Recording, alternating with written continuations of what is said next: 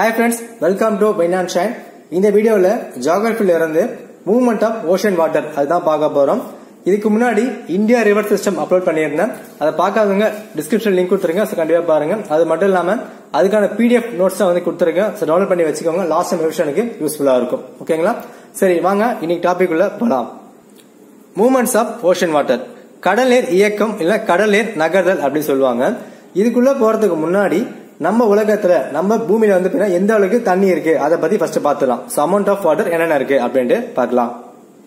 So இது பாருங்க, நான் NCERT எடுத்திருக்கேன். இதுக்கான PDF ஃபார்மேட் நான் நாளைக்கு வந்து அப்லோட் பண்றேன். டவுன்லோட் பண்ணிக்கோங்க.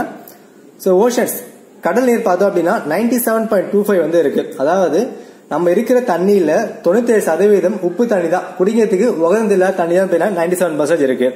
அடுத்தது ஐஸ் கேப்ஸ் அண்ட் கிளேஷியர்ஸ், பனிப்பாறைகளா கிளேஸ் அது எல்லாமே 2% கிட்ட கொடுத்திருக்காங்க.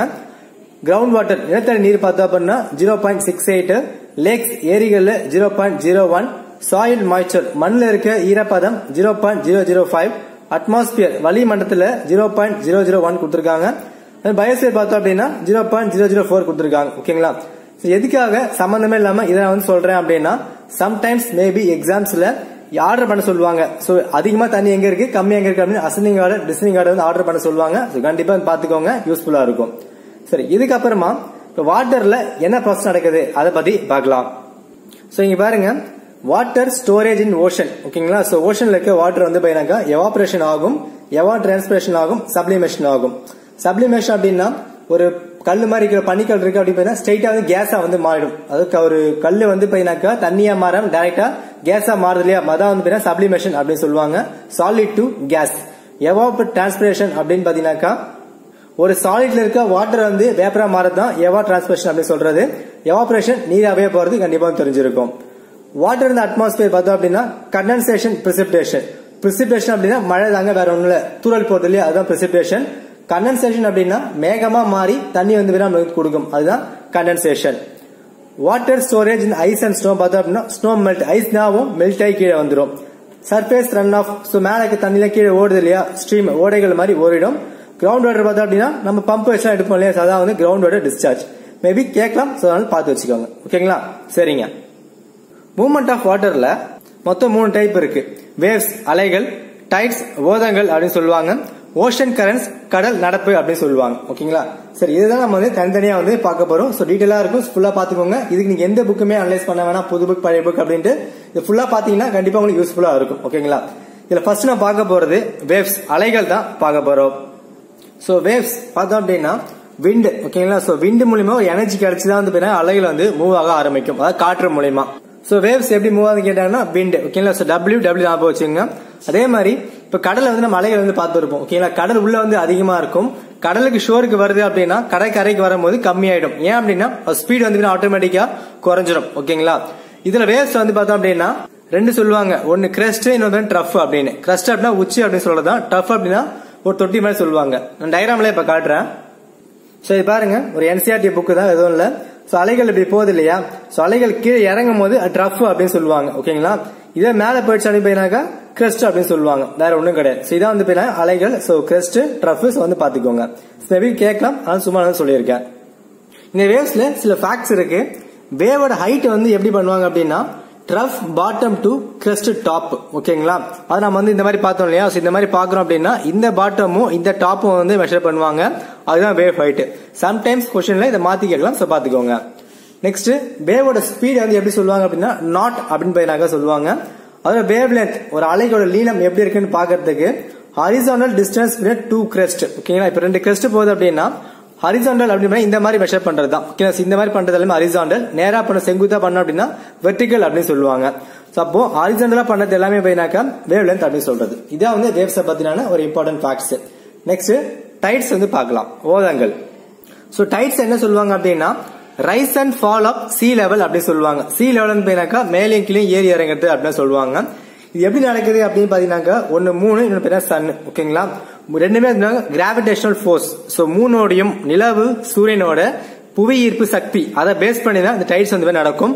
இதுல மூணுக்கு வந்து கிராவிடேஷனல் ஃபோர்ஸ் அதிகம், சன்னுக்கு வந்து கொஞ்சம் கம்மி. ஓகேங்களா? சோ மூணை கம்பேர் பண்ணும்போது சன்னுக்கு வந்து நார்மலா கம்மி கிடையாது. ஏன் அப்படின்னா நம்ம எர்த்துக்கு பக்கத்துல 3 இருக்கிறதுனால இதுல வந்து அதிகமா இருக்கு. கன்ஃபியூஸ் பண்ணிக்கூடாது. இன்னொரு என்ன ஃபோர்ஸ் அப்படின்னா சென்ட்ரிஃபியூகல் ஃபோர்ஸ், மைய விலக்கு விசை அப்படின்னு சொல்லுவாங்க. ரெண்டு ஃபோர்ஸ் இருக்கு, ஒன்னு சென்ட்ரிபீட்டல் ஃபோர்ஸ், மைய நோக்கு விசை அப்படின்னு சொல்றதுதான். என்ன அப்படின்னா சென்ட்ரிபீட்டல் ஃபோர்ஸ் அப்படின்னா ஒரு புள்ளி இருக்கு அப்படின்னா நான் வந்து ரவுண்ட் போட்டிருக்கேன். ஓகேங்களா? இப்போ இங்க ஒரு ஆள் நினைக்கிட்டு கயிறுல வந்து ஒரு கல்லை கட்டிட்டு சுத்தினே பண்றாரு அப்படின்னா கயிறு வெளியே போக தான் ட்ரை பண்ணும். அந்த கல் வந்து வெளியே போக ட்ரை பண்ணும். வெளியே போக ட்ரை பண்ணிச்சு அப்படின்னா அதை சென்ட்ரிபீட்டல் ஃபோர்ஸ் சென்ட்ரிஃபியூகல் ஃபோர்ஸ் அப்படின்னு சொல்லுவாங்க. ஓகேங்களா? சரி, எப்படி ஞாபகம் வச்சுக்கலாம் அப்படின்னா எஃப் இப்படி இருக்குல்ல, எஃப் இப்படி போடும் போது இப்படி நம்ம போடுறோமா, வெளியே போக ஆரம்பிக்குது, மைய விலக்கு விசை சென்டரை விட்டு வெளியே போகுது. ஓகேங்களா? இதுவே சென்ட்ரிபீட்டல் ஃபோர்ஸ் அப்படின்னா உள்ள வர வந்து ஆரம்பிக்கும். நம்ம ஒரு இதை சுத்துறோம் என்ன பண்றோம் அப்படின்னா உள்ள வரதுக்கு ட்ரை பண்ணிட்டு இருக்கோம். அதுதான் சென்ட்ரிபீட்டல் ஃபோர்ஸ், சென்ட்ரிஃபியூகல் ஃபோர்ஸ். ஓகேங்களா? சோ திரும்ப சொல்றேன், சென்ட்ரிஃபியூகல் ஃபோர்ஸ்னா வெளியே போக ட்ரை பண்றது, பீட்டல் ஃபோர்ஸ் அப்படின்னா உள்ள வர ட்ரை பண்றது, அவ்வளவுதான். ஓகேங்களா? சோ டைட்ஸ்ல சென்ட்ரிஃபியூகல் ஃபோர்ஸ் தான். அதே மாதிரி பேஸ், எஸ்டூரிஸ், ஐலாண்ட்ஸ் எல்லாமே டைட்ஸ் வந்து அதிகமா இருக்கும் அப்படின்னு சொல்றாங்க.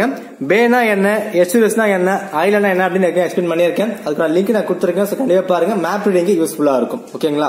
சரி, இதான் வந்து பாருங்க டைட்ஸ்க்கான இம்பார்ட்டன்ட் ஃபேக்ட்ஸ்.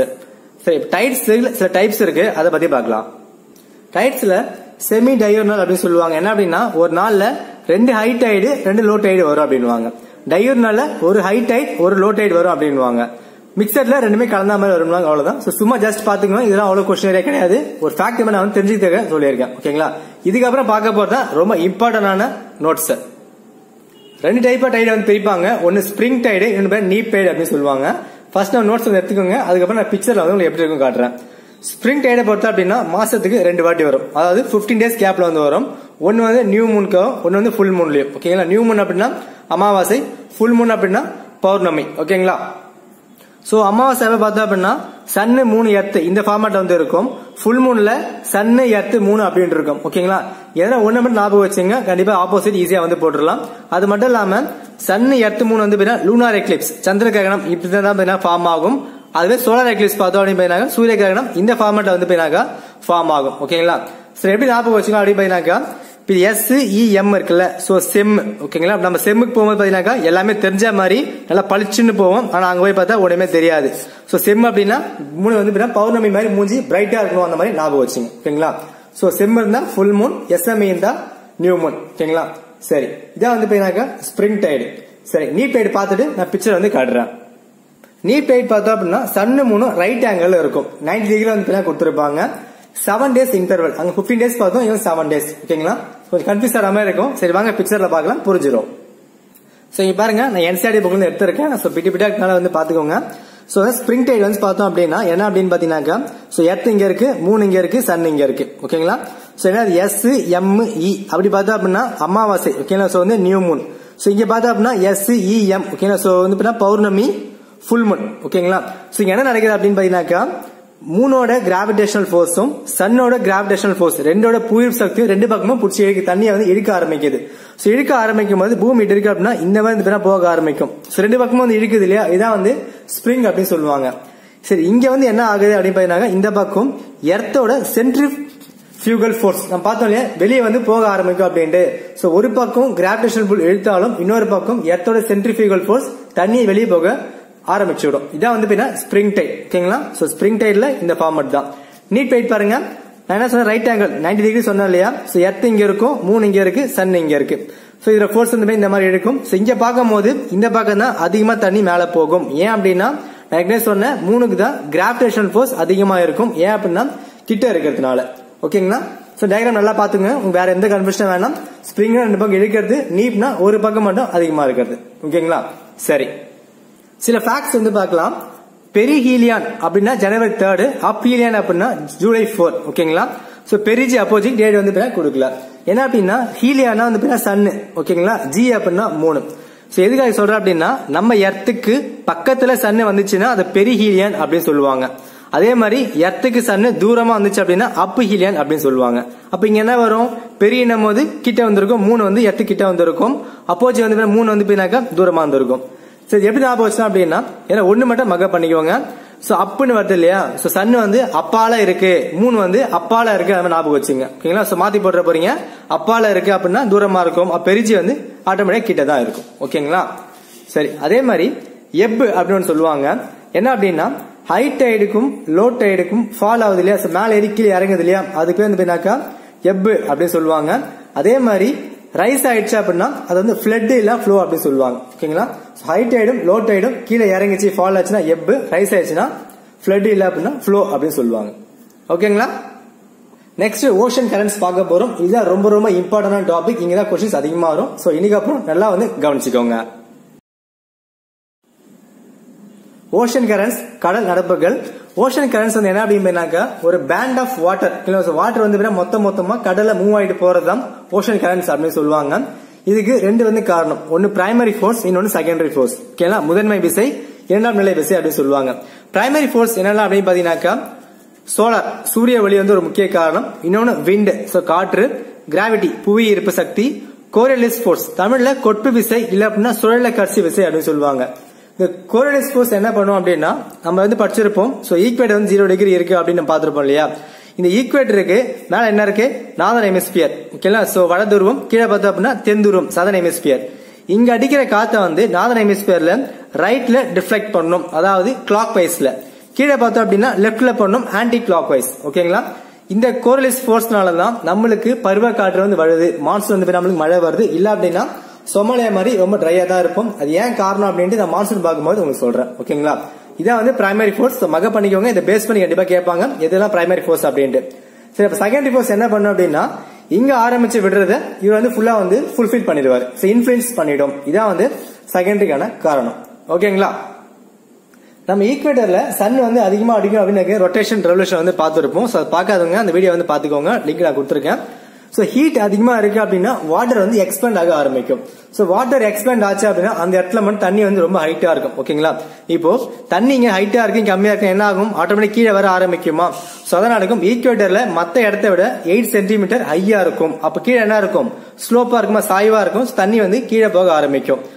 விண்டு, காத்து வந்து என்ன பண்ணும் அப்படின்னா அந்த தண்ணி வந்து மூவ் பண்ண விடும். ஃபிரிக்ஷன் என்ன பண்ணும் அப்படின்னா ஸ்டாப் பண்ண வச்சிடும். தண்ணி வந்து போகும்போது அந்த ஒரைஸ் ஃபோர்ஸ் வந்து போயினாக்கா இல்ல போகாத அங்க நில்லு அப்படின்னு சொல்லிடும்.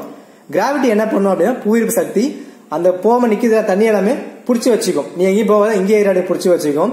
அப்போ கோரியலிஸ் ஃபோர்ஸ் என்ன பண்ணுவார் அப்படின்னா உனக்கு இங்க என்ன வேலை, நீ வந்து ரைட்ல போய்க்கும், நீ லெப்ட்ல போய்க்கும், ரெண்டு பேரையும் பிரிச்சு விட்டுருவாரு. நம்ம ஏற்கனவே பார்த்தோம், அந்த மாதிரி பிரிச்சு விட்டுருவாங்க. ஓகேங்களா, இதெல்லாம் ஒரு சின்ன ஃபேக்ட் தான். இதுக்கப்புறம் இம்பார்ட்டன்ட் பார்க்க போறோம். டைப்ஸ் பார்த்தோம் அப்படின்னா surface current, deep water current அப்படி சொல்லுவாங்க. சர்ஃபேஸ் கரண்ட் அப்படின்னா மேலோட்டமா இருக்கிறது. ஓகேங்களா, சர்ஃபேஸ் கரண்ட்ல வெறும் 10% மட்டும் தான் மேலோட்டமா தண்ணி ஓஷன்ல இருந்து 400 மீட்டர். ஓகேங்களா, 10% சர்ஃபேஸ் கரண்ட் மேலோட்டமா. டீப் வாட்டர் பார்த்தோம் அப்படின்னா 90% வந்து போயினாக்கா மத்த எல்லாமே இவங்க தான் பாத்துப்பாங்க. இதுல ஒன்னு கோல்டு கரண்ட், இன்னொன்னு போயினாக்கா வார்ம் கரண்ட், ரெண்டா வந்து பிரிப்பாங்க. அதை பத்தி பார்க்கலாம். ரொம்ப சிம்பிளுங்க, கோல்டு கரண்ட், வார்ம் கரண்ட். நான் ஒன்னு சொல்லிடுறேன், நீங்க எதனா ஒரு கரண்ட் மட்டும் மக்கப் பண்ணிக்கோங்க. ஒரு கரண்ட்டுக்கு அப்படியே ஆப்போசிட்டா இருக்கும். ரெண்டுமே மக்கப் பண்ணி டைம் வேஸ்ட் பண்ண வேண்டாம். இதுதான் உங்களுக்கு பெஸ்ட் ஷார்ட்கட். ஓகேங்களா, சரி, கோல்டு கரண்ட் என்ன பண்ணும் அப்படின்னா bring cold water into warm water area. Warm வாட்டர்னா இதமா இருக்கு இல்லையா, அந்த இடத்துல கோல்டு வாட்டரை கொண்டு போயிடும். அப்ப வார்ம் வாட்டர் என்ன வரும், bring warm water into cold water areas. அப்படியே ஆப்போசிட், வேற ஒண்ணும் கிடையாது. ஓகேங்களா, சரி, இப்போ இங்க ஒரு இம்பார்ட்டன்ட் ஃபேக்ட் சொல்ல போறேன், கொஞ்சம் கன்ஃபியூஸ் ஆகிற மாதிரி இருக்கலாம். கோல்டு கரண்ட் மட்டும் நீங்க பாத்துக்கோங்க, வார்ம் கரண்ட் பார்க்க வேணாம். சரி, நம்ம வேர்ல்டுல கோல்டு கரண்ட் எங்கெல்லாம் இருக்கும் அப்படின்னா low and middle latitude. Latitude அப்படின்னா அட்சரேகை அப்படின்னு சொல்லுவாங்க. 0 டிகிரி இருக்கும் இல்லையா, நம்ம லாட்டிடியூட் இந்த மாதிரி போயிட்டே இருக்குல்ல, அந்த மாதிரி லோ லாட்டிடியூட்லயும் மிடில் லாட்டிடியூட்லயும் ஒரு 0ல இருந்து ஒரு 40-45 வரைக்கும், அது வரைக்கும் பார்த்தோம்னா வெஸ்ட் கோஸ்ட்ல மேற்கு இருக்கிற கடற்கரை எல்லாம் இந்த கோல்டு கரண்ட் இருக்கும். 2 ஹெமிஸ்பியர்லயும். சப்போஸ் இதான் வந்து வேர்ல்டு அப்படின்னு வச்சுக்கோங்க, இதான் வந்து 0 டிகிரி. ஓகேங்களா, இதான் வந்து லோல இருந்து மிடில் வரையும் இருக்கு அப்படின்னா இங்கேயும் கோல்டு கரண்ட் இருக்கும். இதான் வெஸ்ட், இதான் ஈஸ்ட் இல்லையா, இங்கேயும் கோல்டு கரண்ட் இருக்கும், இங்கேயும் கோல்டு கரண்ட் இருக்கும். எங்க, லோ அண்ட் மிடில் லாட்டிடியூட்ல. ஓகேங்களா, அதுவே higher latitude, low middle higher இருக்கும் இல்லையா, ஹையர் லாட்டிடியூட் பார்க்கும்போது ஈஸ்ட் கோஸ்ட்ல மட்டும்தான் இருக்கும். எங்க அப்படின்னா நார்தர்ன் ஹெமிஸ்பியர்ல.